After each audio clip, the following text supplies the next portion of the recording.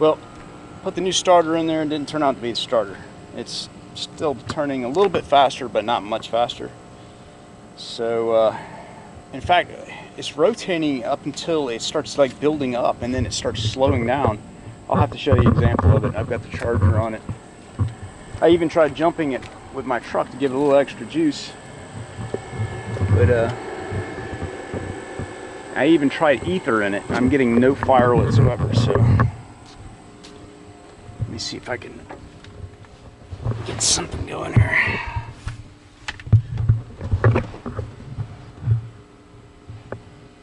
Let me give you an example of what's going on here.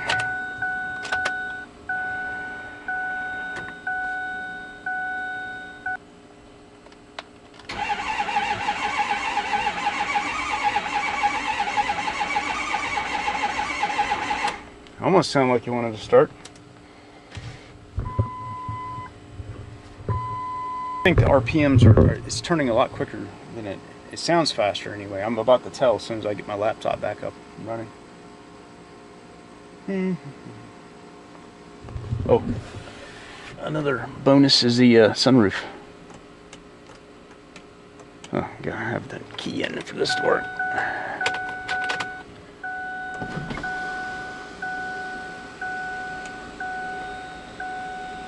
My other truck doesn't have that. Well, that didn't do me any good with the laptop. I can't see it.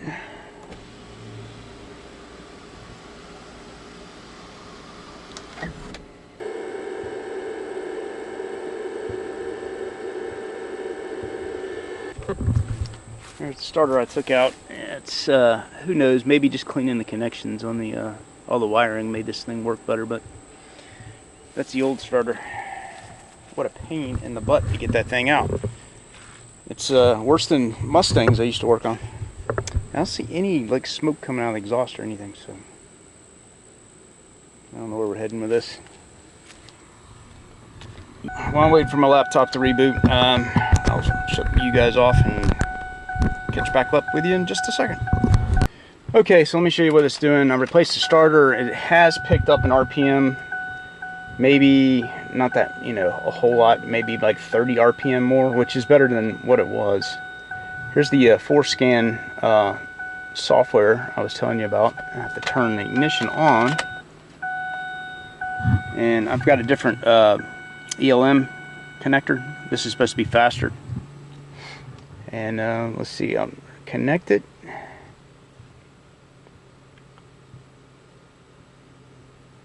Say yes, and everything connects, and it shows you what modules you have that you can access: powertrain control module, transmission control module, OBD, onboard diagnostics, and all that kind of good stuff. And these are the codes, the error codes, which I don't have very many, just basic ones. Let's see. Instrument cluster, malfunction indicator lamp is off, ignition stuck in start. I don't know what that is. It's probably because I got the key in start run. I don't know. Anyway, let me show you what I'm getting here with this connection here. Here's like a fuel pressure at the rail, and with desired fuel pressure, the tank transducer status. I don't know what that is. So I'll crank it over.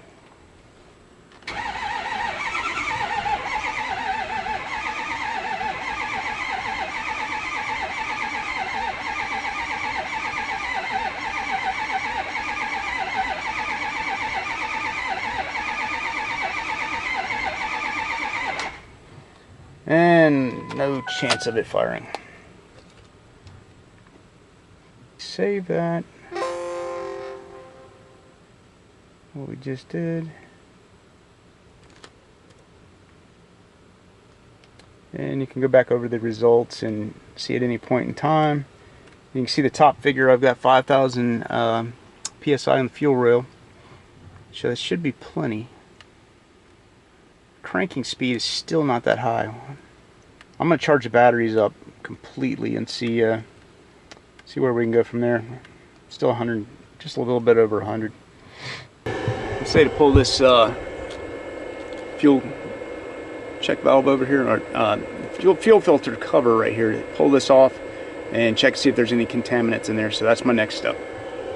This fuel filter cover off here, and examine that and see if you've got you know, any metal shavings or like water corrosion or anything like that, and you can tell, you know, what kind of condition this fuel system's in, which I sure do hope it's clean, because if it's not, that means it's going to be a real expensive repair.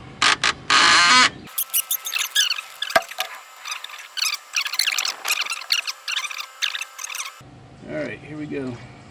Oop. Guess what? I don't know how you get past that point.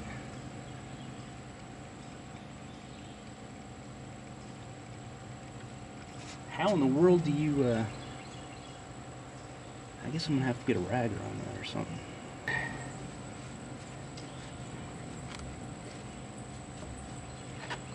Super big mess anyway.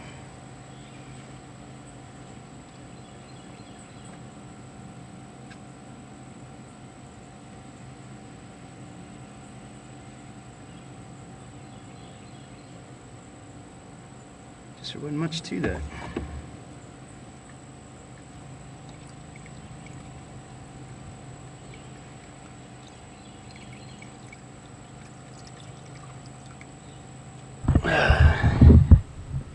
See that at the very bottom looks like a bunch of like dirt and stuff. I don't know.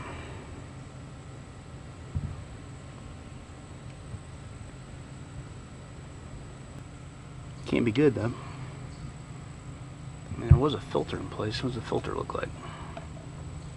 The filter looks pretty dirty. For a fuel system, I would think. Doesn't look like any water in there. And it doesn't look like metal shavings are in there. Just a bunch of dirt. Don't know.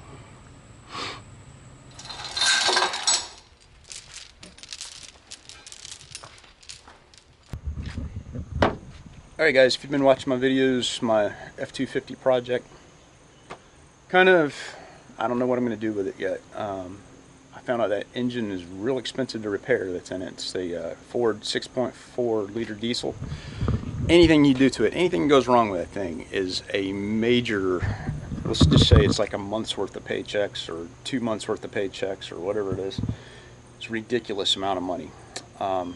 So if something's wrong with that engine, which I hadn't been able to start it yet, and it's not looking good so far, I think it lacks compression. I think there's something wrong with the engine that's lacking compression, because I believe it's getting fuel. I tried ether in it, can't get it to fire. So here's plan B. This is a 5.9 liter Cummins engine out of a Dodge, and it's actually a core motor that I picked up at a salvage yard that had been in a fire. The cab caught fire, but the engine did not catch fire. So you can see the little burn marks on here, but it looks like it just got hot. Hopefully it didn't warp anything. But I got a good deal on this. I've always wanted one of these, even before I got this truck. This engine gets a lot of respect, and I wanted to get some experience on it with it and see what it's all about. Even if I don't use it, I think I just want to bench run it. I want to, you know, make a little stand and fire it up and, you know, just play around with it. Anyway, this engine, believe it or not, is half the price of the other engine as far as parts. Any one of these parts, man, it's like half the price of that Ford engine. And these can be tuned up to about the same horsepower level. It just depends on, you know, how much money you want to throw at it, which I don't want anything crazy. What I want is 20 miles a gallon in a diesel engine. That's what I'm looking for. This is noisier though. I noticed in all the videos I've been watching that this Dodge, you can hear a lot of valve train noise in it. Not sure about exhaust. I guess, you know, exhaust is all the same. I know that the V8 probably sounds a little cooler because you got 8 cylinders versus 6, but these things are awesome. So I'll let you know anyway. So I'm going to pull this thing out of here and put it up for a while, and play around with it when I get some spare time. It looks like I'm not getting much spare time right now because I'm taking on too many projects again. Got to get back on the boat and the camper and keep everything else running around here. All right, so anyway, that's what I've been up to. I'm gonna pull this thing out, and then I'm gonna make a engine stand for it later. Right now, I just need to get out of the truck because I've got to take my son somewhere.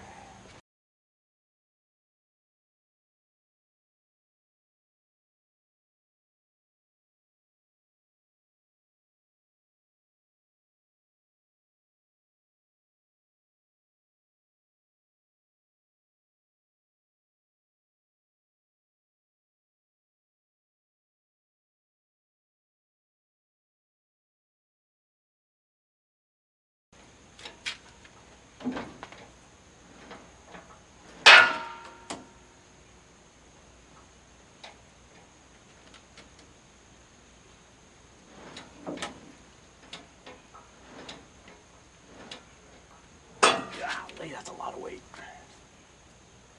1,000-pound motor there.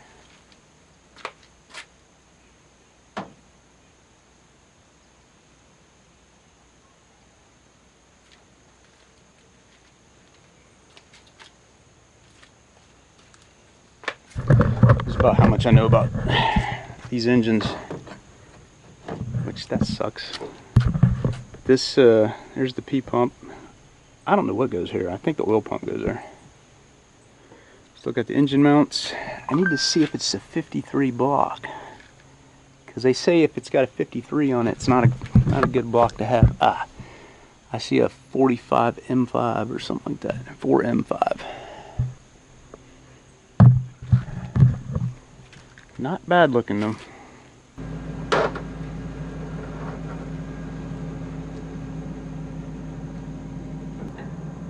What a time for this thing to stick. I'm gonna have to get some pliers on. I don't want it to come crashing out.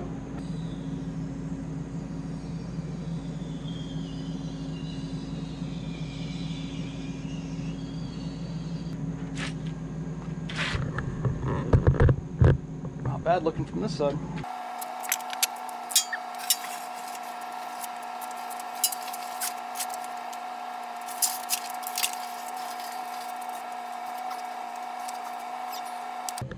These little wheels under here, man, they look like they're flexing.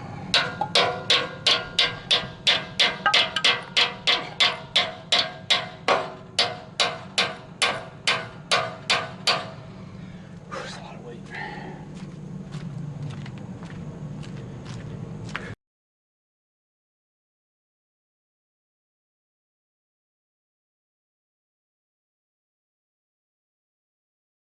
This is worrisome also. I've never seen a turbocharger with a an angled shaft like that.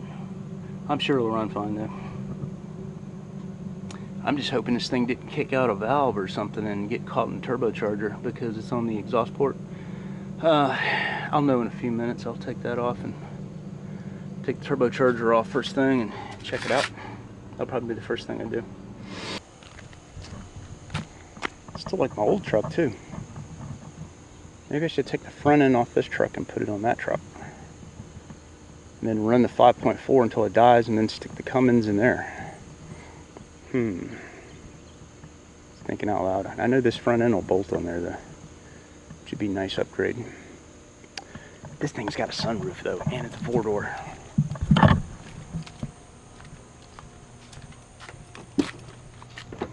Yeah, that makes it nice. It's got a heavy-duty transmission in it, like heavier than this. Although this one is not wimpy either. Oh yeah, suspension too.